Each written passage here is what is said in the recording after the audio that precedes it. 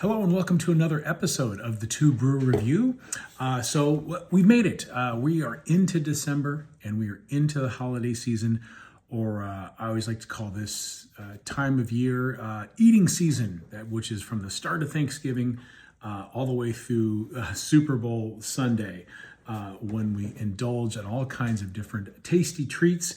And when I think of tasty treats around the Christmas holiday, I think of cookies. I always think of people getting together and dusting off a recipe handed off from generation to generation, and making cookies as a family. Of course, leaving some out for Santa when he makes his annual trip on December 24th. So I thought it would be kind of fun to spend the next 4 sessions of TBR doing a holiday cookie and beer pairing. So we are going to start off with, I think, probably the OG of the holiday cookies, and that is the sugar cookie. Doesn't get much more classic than this in terms of a holiday favorite. Very easy to make, very simple. And then you can cut them into any variety of different shapes. I've got a bell here, and then of course you can decorate it with colored sugar. I've got a star here with some green sugar effects.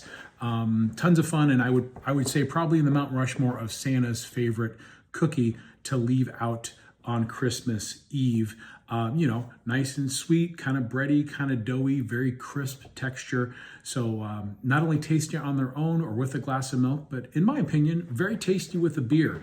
And when I thought about the different beer styles, I am going with a Belgian beer. So I just think some of the spices in here and the maltiness, and there's usually a bit of wheat malt in the grain bill. I think those are very complementary to the sweetness and the dry crispness of a sugar cookie. So this is what I'm going with.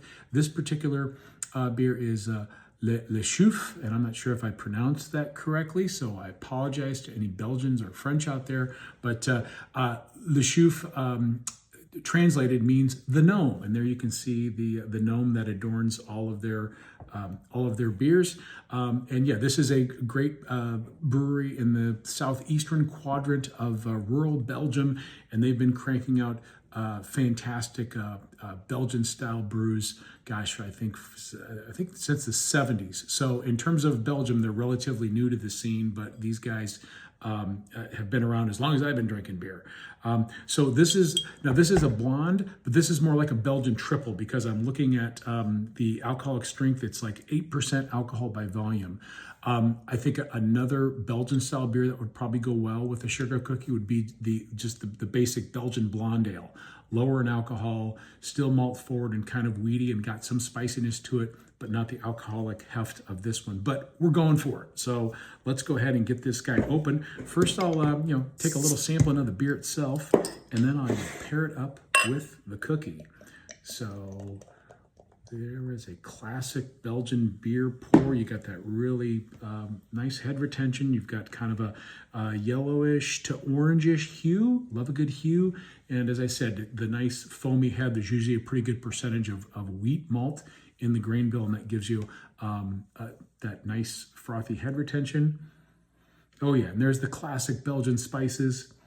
You're getting, the kind of a peppery coriander, like if you've ever had a Belgian Vit beer, definitely getting those kind of spices in the nose.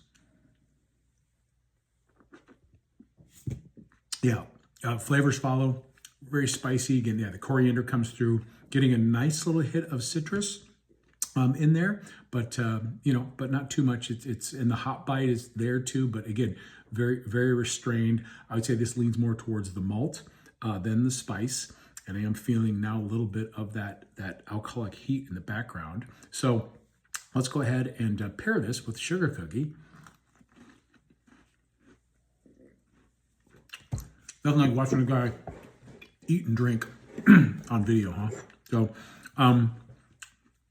So again, the sugar cookie, crispy, flaky, doughy, sweet. And when you pair it up with the beer, first of all, that liquid just helps it kind of melt in your mouth. So that's always kind of a good texture sensation. But I really like how the spice and also the carbonation, the effervescence, really kind of helps cut through on the sweetness. So sometimes contrast is good. And I think the contrast here of the peppery spices running up and kind of tamping down some of that sweetness, I think is, in this case, complementary. I also think it helps bring out some of the breadiness of the cookie. So I'm getting more of the kind of the doughiness of the cookie. Let me try the green one. Just see if it's a little different.